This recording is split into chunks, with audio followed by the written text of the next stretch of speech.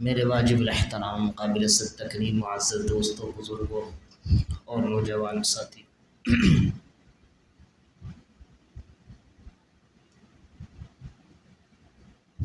اللہ تبارک و تعالی نے مسلمانوں کو اس دنیا فانی کے اندر جو بھیجا ہے محض اپنے عبادت کے لیے بھیجا ہے، اور اس کائنات کے اندر جن و انس کی جو تخلیق ہے وہ صرف اللہ کی بندگی کے لیے ہے، اللہ کی عبادت کے لیے ہے، نہ کسی اور چیز کے لیے۔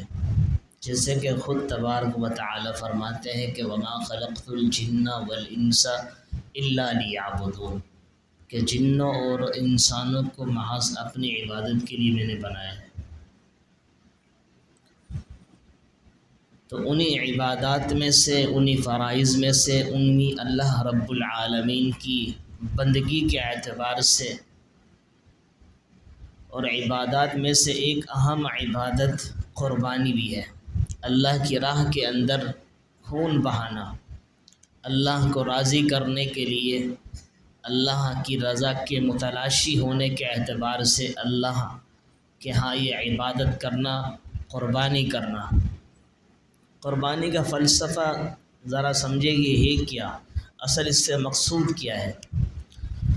اس سے اصل مقصود یہ ہے جیسے کہ حضرت آدم علیہ نبینا وعلیہ الصلاۃ والسلام سے لے کر حضرت محمد عربی صلی اللہ علیہ وسلم تک یہ سلسلہ جاری رہا ہے۔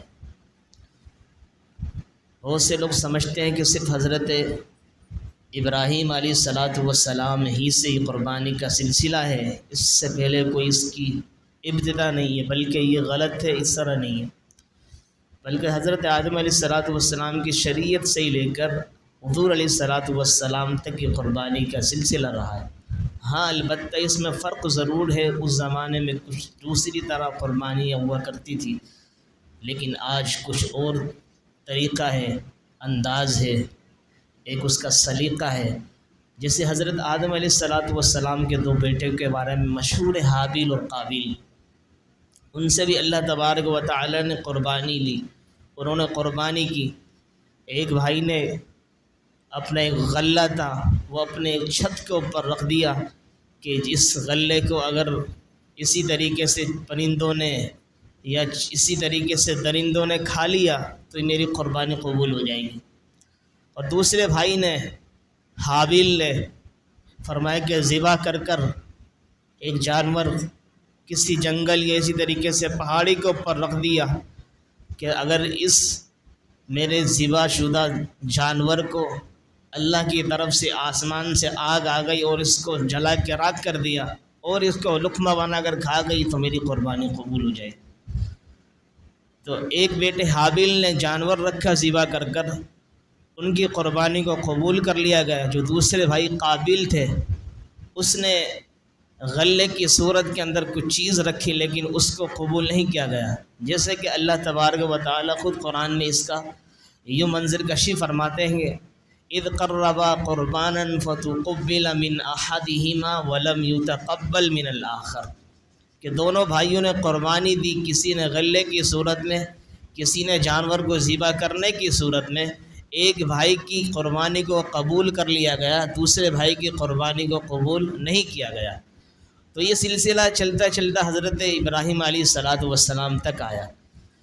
حضرت ابراہیم علیہ الصلاۃ والسلام اللہ کے جلیل القدر پیغمبر ہیں، دوست ہیں، خلیل اللہ کا لقب اللہ کریم نے ان کو دیا ہے۔ واتخذ اللہ ابراہیم خلیلا کہا ہے، خلیل کہا جاتا ہے اس محبوب ترین شخص کو جو بہت زیادہ قریب ہو، جس کو بہت ساری چیزیں اپنی بتائی جاتی ہیں۔ تو حضرت ابراہیم علیہ الصلاۃ والسلام کے امتحان پہ امتحان ہو رہے ہیں۔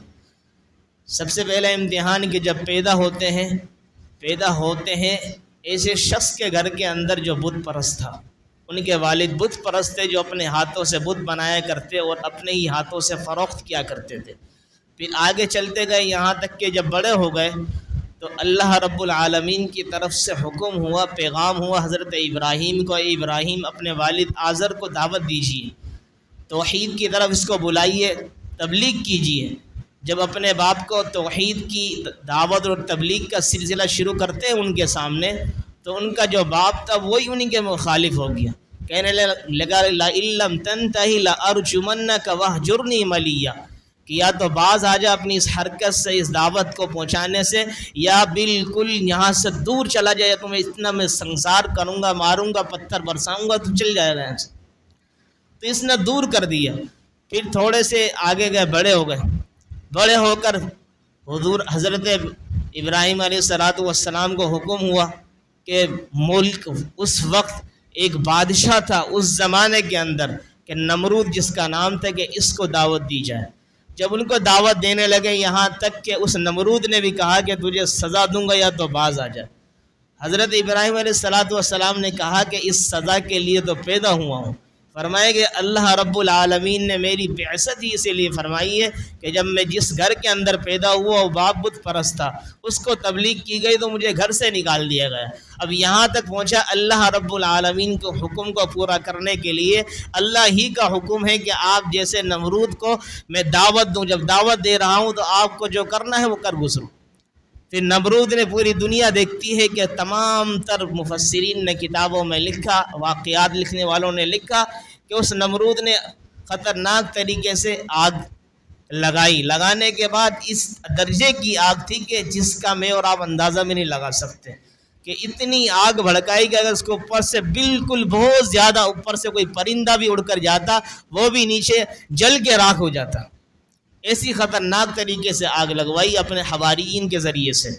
پھر حضرت ابراہیم علیہ السلام کو اس آگ میں ڈالا گیا، جس کے بارے میں رب العالمین نے اس آگ کو یہ حکم دیا، قُلْنَا يَا نَارُ كُونِي بَرْدًا وَسَلَامًا عَلَىٰ ابراہیم۔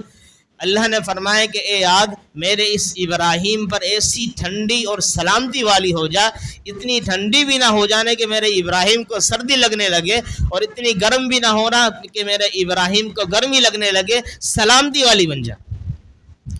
پھر یہاں تک اس امتحان سے آگے جاتے ہیں، بیٹے کی پیدائش ہوتی ہے ایک عرصے کے بعد، 80-82 سال کی عمر کے اندر جب ان کی پیدائش ہوتی ہے تو اللہ رب العالمین کی طرف سے ایک اور امتحان ہو رہا ہے۔ ابراہیم کو کہا جا رہا ہے کہ اے ابراہیم، آپ میرے اس حکم کو بھی پورا کیجئے، اپنی بیوی ہاجرہ کو، اپنے بیٹے اسماعیل کو جو اتنے عرصے کے بعد پیدا ہوا ہے، اس کو بیت اللہ کے بالکل دور دراز کے اندر بیابان جنگل میں چھوڑ کر آ جاؤ اور میری وحدانیت توحید کے کام میں لگ جاؤ۔ حضرت ابراہیم علیہ السلام نے نہ چون کیا نہ چرا کیا، کچھ بھی نہیں، فوراً اپنی بیوی ہاجرہ کو، حضرت اسماعیل کو لے کر چلے گئے۔ وہ بیابان جنگل کے اندر چھوڑنے لگے۔ ظاہر سی بات ہے، خواتین ہیں، مستورات ہیں، دل چھوٹا ہوتا ہے، کہنے لگے ابراہیم یہاں جنگل بیابان میں کیوں چھوڑیں آپ ہمیں، آیا کیا مسئلہ ہے؟ ابراہیم علیہ السلام کو حکم تھا خاموش رہنے کا، کہ آپ نے کوئی جواب نہیں دینا، خاموش رہنا ہے۔ تو پھر حضرت ہاجرہ نے خود نے کہا کہ اللہ کا حکم ہے۔ حضرت ابراہیم علیہ السلام نے گردن ہلائی تو وہ خاموش ہو گئے، کوئی مسئلہ نہیں، اگر اللہ کا حکم ہے تو ہم یہاں رہنے کو بھی تیار ہیں۔ پھر وہاں چھوڑ کر آ گئے۔ پھر ایک عرصے کے بعد حضرت اسماعیل علیہ السلام بڑے ہوئے۔ مفسرین نے کتابوں میں لکھا ہے کہ فرمایا کہ 12 سال یا 13 سال، یہ کسی مفسر نے لکھا ہے کہ بالغ ہو گئے، بلوغت کو پہنچے۔ تو اللہ رب العالمین کی طرف سے حکم آیا کہ ابراہیم اپنے بیٹے اسماعیل کی قربانی دیجیے میری راہ کے اندر، اس کو ذبح کیجیے۔ تو حضرت ابراہیم علیہ السلام نے اپنے بیٹے کو لیا اپنے ساتھ اور کہا کہ بیٹا ایسے ایسے میں نے رات کو خواب کے اندر دیکھا ہے کہ میں آپ کو ذبح کر رہا ہوں، تو آپ کی اس بارے میں کیا رائے ہے؟ تو حضرت ابراہیم علیہ السلام جلیل القدر ایک پیغمبر ہیں، ان کے بیٹے بھی اسی طرح ہوں۔ انہوں نے کہا افعل ما تؤمر، اے ابا جان جو حکم اگر اللہ کی طرف سے ہے تو اس کو کر گزرو، اس میں تاخیر نہ کرو۔ آگے فرمایا انشاءاللہ من الصابرین، آپ مجھے صبر کرنے والوں کے اندر پائیں گے، آپ کو جو حکم ہوا ہے اس حکم کو پورا کریں۔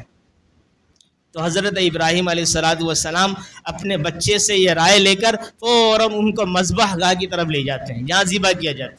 وہ لے جا رہے ہیں جنگل کی طرف لے جا رہے ہیں، وہاں جیسے جنگل کی طرف لے گئے تو پھر شیطان ذلیل بہت زیادہ بہکاوے کی صورت کے اندر آتا ہے حضرت ہاجرہ کے پاس اور کہتا ہے کہ ہاجرہ تمہیں معلوم بھی ہے کہ تمہارے بچے کو ابراہیم کہاں لے کر گئے؟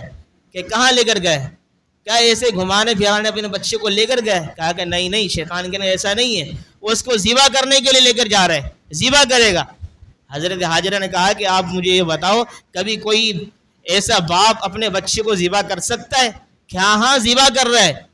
کہ کیوں کر رہا ہے؟ کہا اللہ کی طرف سے حکم ہے۔ کہ اللہ کی طرف سے حکم ہے؟ ہاں اللہ کی طرف سے حکم ہے تو پھر کرنے دیجیے، میں بھی اس پہ راضی ہوں۔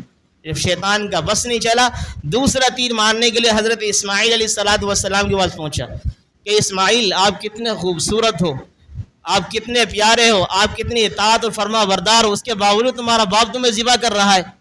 کہاں مجھے معلوم ہے ذبح کر رہا ہے میرا باپ، لیکن اللہ کا حکم ہے، جب اللہ کا حکم ہے تو میں بھی راضی ہوں اس پہ۔ شیطان کا جب دوسرا وار نہیں چلا، تیسرا وار چلانے کے لیے حضرت ابراہیم علیہ السلام کے پاس ہے کہ ابراہیم آپ کو تو خواب میں دکھا ہے نا، یہ خواب کی ساری چیزیں سچ تھوڑی ہوتی ہیں، چھوڑ دو، تعویل کر جاؤ اس کے اندر، آپ کسی مینڈے کو ذبح کر دو، دمبے کو ذبح کر دو، اللہ راضی ہو جائیں گے۔ کہا کہ نہیں مجھے حکم ہوا ہے، میرے رب نے میرے بیٹے کی قربانی مانگی، میں بیٹے ہی کی قربانی دوں گا۔ شیطان کا جب وار نہیں چلا وہ خاموش ہو گیا۔ حضرت ابراہیم علیہ السلام اس انداز میں امتحانات سے گزر رہے ہیں، آزمائشوں سے گزر رہے ہیں، لیکن قربانی سے پیچھے نہیں ہٹ رہے، جس کا منظر اللہ تبارک و تعالی نے یوں بیان فرمایا کہ فلما بلغ معه السعی قال یا بنی، کہ جب حضرت اسماعیل تھوڑے بڑے ہوئے، اپنے باپ کے ساتھ چلنے کے برابر ہوئے، تو اللہ تبارک و تعالی نے ان کو خواب کے حوالے سے ان کو ذبح کرنے کے کیا فرمایا؟ یا بنیا۔ حضرت ابراہیم علیہ السلام فرما رہے اپنے بیٹے کو، میرے بیٹے، میرے لخت جگر ہے، میرے لاڈلے، انی ارا، میں دیکھتا ہوں رات کو خواب کے اندر، فی المنام انی اذبحک، میں تمہیں ذبح کر رہا ہوں اللہ کے راہ میں، فانظر ماذا ترى، تمہاری کیا رائے ہے؟ حضرت اسماعیل علیہ السلام نے جواب دیا، قال یا ابتی، اے میرے پیارے ابا جان، افعل ما تؤمر، جو آپ کا حکم ہے اس حکم کو پورا کر دیجیے، ستجدنی انشاءاللہ من الصابرین، اور اللہ تبارک و تعالی نے چاہا تو آپ مجھے صبر کرنے والوں میں سے دیکھیں گے۔ پھر فرمایا فلما اسلم وتلہ للجبین، سبحان اللہ، باپ بھی کاٹنے کو تیار ہے، بیٹا کٹنے کو تیار ہے، باپ ذبح کرنے کو تیار ہے، بیٹا ذبح ہونے کو تیار ہے۔ جب وہاں پر مذبح گاہ جو ہوتا ہے، جگہ ہوتی ہے ذبح کرنے کی، وہاں پر لٹایا گیا تو حضرت اسماعیل علیہ السلام کہنے لگے ابا جین میری ایک وصیت ہے، یہ سمجھے کہ جب مجھے آپ ذبح کرنے لگے تو میرے پاؤں باندھ لینا، یہ نہ ہو کہ میں پاؤں اسی طریقے سے مچلنے لگوں اور پاؤں ہلنے لگے اور آپ کی محبت جاگ اٹھے، آپ چھوڑ دیں، اللہ کے حکم میں تاخیر نہ ہو جائے۔ انہوں نے پاؤں باندھ دی، جس طرح ایک قصائی آج کل گائے کے پاؤں باندھا کرتا ہے، اسی طریقے سے حضرت ابراہیم علیہ السلام اپنے لخت جگر کے پاؤں باندھ رہے۔ اس کے بعد فرمایا کہ میری ایک وصیت یہ ہے کہ آپ میرے جو کپڑے یہ سمیٹ لینا، یہاں سے گریبان کے واسطے سمیٹ لینا، یہ نہ ہو کہ یہ کپڑے میری والدہ کو جا کے دے دینا، اس میں خون لگ جائے اور میری والدہ کو غم نہ پہنچے۔ اور تیسرا یہ ہے کہ آپ میری والدہ کو میرے سلام عرض کر دینا۔ حضرت ابراہیم علیہ السلام نے کہا ٹھیک ہے، میں کرنے کو تیار ہوں۔ حضرت اسماعیل علیہ السلام کے فرمایا کہ چھری رکھتے یہاں پر، ایک دفعہ چلائی چلتی نہیں ہے، دوسری مرتبہ چلتی نہیں ہے، تیسری مرتبہ مفسرین نے لگے چلائے چلتی نہیں ہے، وہ چلے تو تب نہ جب اللہ کا حکم، اللہ کا حکم ہی نہیں تھا۔ اللہ تو یہ آزمانا چاہ رہے تھے ابراہیم میں اتنے اس وعدے کے اندر سچے ہیں، پکے ہیں، کتنے تصدیق شدہ ہیں، تو فوراً ذبح کر رہے ہیں۔ ذبح کرنے کے بعد دیکھتے ہیں کہ بھائی چلتا نہیں، اللہ کا حکم ہوگا تو یہ چھری چلے گی۔ فوراً جب دیکھا حضرت جبرائیل علیہ السلام ایک مینڈھا دمبا لے کر آ گئے، وہ دمبے کے اوپر چھری چلتی ہے، حضرت اسماعیل علیہ السلام سامنے کھڑے ہو کر دیکھتے ہیں کہ میرے ابا جان یہ ذبح کر رہے ہیں ایک مینڈھے کو۔ پھر اللہ کے پیغمبر تھے حضرت ابراہیم علیہ السلام گھبرانے لگے کہ ایسا تو نہیں اللہ رب العالمین نے میری قربانی کو قبول نہیں فرمایا اور اللہ ناراض ہونے گے کسی ہماری اس میں تاخیری کی بنا پر۔ تو اللہ تبارک و تعالیٰ کی طرف سے آواز آ گئی، وَنَادَيْنَاهُ أَن يَا إِبْرَاهِيمُ، ہم نے ابراہیم کو پکارا، قد صدقت الرؤیا، ابراہیم اب گھبراؤ مت، آپ نے اپنے اس خواب کو سچا کر دکھلایا ہے، اِنَّا كَذَلِكَ نَجْزِي الْمُحْسِنِينَ، ہم اسی طریقے سے احسان کرنے والے کو، نیکی کرنے والے کو بدلہ دیا کرتے ہیں۔ تو اندازہ لگاؤ یہ کتنی اہم ترین ایک عبادت اور ایک فریضہ ہے، ذبح اللہ کی راہ کے اندر جانور کا قربان کرنا۔ اللہ کی قسم اگر کوئی مالدار ہونے کے باوجود قربانی نہیں کرتا وہ بہت بڑا گناہ گار ٹھہراتا ہے۔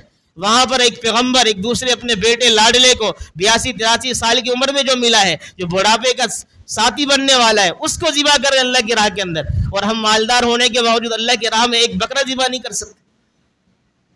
اس میں ہم نے نظر ثانی کرنا چاہیے. اللہ کے رسول علیہ الصلوۃ والسلام نے اس حوالے سے ایک دھمکی دی ہے، ایک تنبیہ فرمائی ہے، ڈانٹا ہے کہ من کان لہ سعۃ، جو بندہ گنجائش رکھتا ہے، استطاعت اور طاقت رکھتا ہے، حیثیت رکھتا ہے، مالدار ہے، اس کے باوجود بھی ولم یضحی، قربانی نہیں کرتا، فلا یقربن مصلانا، ایسے شخص کو اجازت نہیں ہماری عیدگاہ کی طرف آ کر نماز عید الاضحیٰ پڑھے. اس سے اندازہ لگا لینا چاہیے کہ اللہ کی راہ کے اندر قربانی کرنا کتنا اہم ہے. یہاں تک روایت میں آتا ہے کہ اس دن، قربانی والے دن، 3 دن جو ہوا کرتے ہیں، ان دنوں کے اندر نماز اپنی جگہ پر ہے، صدقات اپنی جگہ پر ہے، تمام تر عبادت اپنی جگہ پر. فرمایا قربانی سے بڑھ کر کوئی عبادت نہیں ان 3 دنوں پر. اللہ کی راہ کے اندر خون بہانے سے بڑھ کر کوئی عبادت نہیں. تو اس لیے جن حضرات کے اوپر قربانی واجب ہے ان کو اس فریضے کے اندر بڑھ چڑھ کر حصہ لینا چاہیے، لازمی. یہ نہ ہو کہ اس سے پیچھے ہٹیں، اپنی گنجائشوں کو دیکھتے رہیں. 2 4 5 ہزار 8 ہزار روپے کم ہے تو کوئی مسئلہ نہیں ہے، اس میں یہ نہ دے کہ اللہ کی راہ میں قربان کرے. اللہ رب العالمین کی راہ میں جو قربان کیا جاتا ہے اللہ اور اضافہ اور برتری نصیب فرماتا ہے. اس کے اندر ہم بالکل حساب لگانے لگ جاتے ہیں جب اللہ رب العالمین کا معاملہ سامنے آتا ہے کہ یار آیا میں صاحب نصاب بن رہا ہوں نہیں بن رہا ہوں، مالدار شمار کیا جا رہا ہوں نہیں کیا جا رہا ہوں، صاحب استطاعت شمار کیا جا رہا ہوں نہیں کیا جا رہا. میرے عزیزوں، کبھی کاروبار کے حوالے سے ہم فوراً لمسم میں کام کر لیتے ہیں، لیکن جب معاملہ اللہ رب العالمین کا آ جائے وہاں پر گنتی شروع ہو جاتی ہے. تو اس لیے میرے عزیزوں، اللہ رب العالمین کے ہاں یہ قربانی کا بہت بڑا اہم فریضہ ہے، اس کو ادا کرنا چاہیے. نہ کرنے والا بہت زیادہ گناہ گار ٹھہرے گا. اس لیے اللہ تعالیٰ سے دعا ہے کہ اللہ رب العالمین کو، جو مسلمانوں کو اللہ نے مالدار بنایا ہے، صاحب حیثیت بنایا ہے، ان کو اس فریضے کو اہم انداز میں اور اچھے انداز میں اپنانے کی توفیق عطا فرمائے. دوسری بات یہ ہے کہ اجتماعی قربانیاں جہاں پر ہوتی ہیں ان اگر آپ الگ سے ایک بکرا نہیں لا سکتے، بکرا خریدنے جائیں گے 30,000 کا، 25,000 کا، 35,000 کا ملے گا. اجتماعی قربانیاں ہو رہی ہیں جگہ جگہ پر، وہاں پر جو آپ کے نظر میں ہے حقیقت میں رکھے کہ یہ بہترین طریقے سے کسی ادارے کے اندر ہے اور معتبر ہے، متفق علیہ، اس پر لوگوں کا اتفاق بھی ہے، وہاں جا کے آپ حصہ لیں. لیکن وقف قربانیاں ہیں نا، اس سے تھوڑا سا گریز کریں. وقف قربانی اسے تھوڑا گریز کریں. کچھ علامات ہیں، آپ کو میں یقینی طور پر تو نہیں بتا سکتا کہ اس طرح کے وقف کا مطلب یہ وقف ہی ہوگا جیب کے اندر. بہت کم ایسا ہو رہا ہے کہ وقف والے معاملات درست ہیں. اس لیے اپنی قربانیوں کو بھی بچانا ہے اور کرنا ہے. اجتماعی قربانی ہو، آپ کے سامنے ہو، آپ کی مسجد سامنے ہے، آپ کے مدرسہ سامنے ہے، آپ کے سامنے یہ جانور لا رہے ہیں اور ہمارے پیسے یہاں پر لگ رہے ہیں، تو حقیقت میں اجتماعی قربانی میں حصہ ڈالیے. جہاں پر اگر کوئی ادارہ ایسے وقف قربانیاں کرتا ہے وہ معتبر ہے تو یہاں کروا سکتے ہیں. لیکن زیادہ تر 2 4 5 6 ہزار روپے کے چکر میں ہم وقف میں نہ، ہم پیسے بچانے کے چکر میں وقف میں ڈال رہے ہوتے ہیں. اجتماعی قربانی کی جائے. اگر آپ کو گوشت کی ضرورت نہیں ہے، آپ گوشت لے آئیں اپنے گھر پر، پھر تقسیم کرتے ہیں اس کو. اللہ تعالیٰ سے دعا ہے اللہ رب العالمین اس فریضے کو ہمیں اچھے انداز میں اپنانے کی توفیق عطا فرمائے. وما علینا الا البلاغ.